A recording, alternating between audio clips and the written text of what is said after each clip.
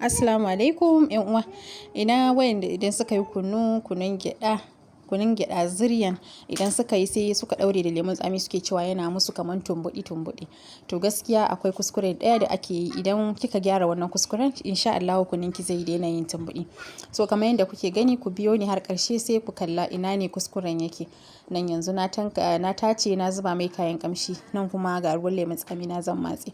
Da ruwan lemun tsami zan daure da fulawa, ke kuma kina iya daurewa da ko gasara ne ko lemun tsamin ko tsamiya duk dai ko madara. Yanzu wannan fulawan ne na dama, so ga kununa ya tafasa sai na zo na saka plums abuna, komai ma zaki iya sakawa a ciki.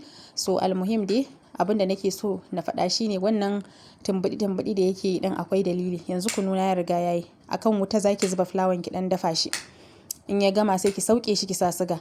Duk baki sa lemun tsamin ba, sai ya dan yi kamar minti 5 a ƙasa ake sa lemun tsamin. To in kika yi haka kuma ki gauraya da sauri to zaki ga lemun tsamin nan ba zai sa miki kunun ki yayi tumbudi ba.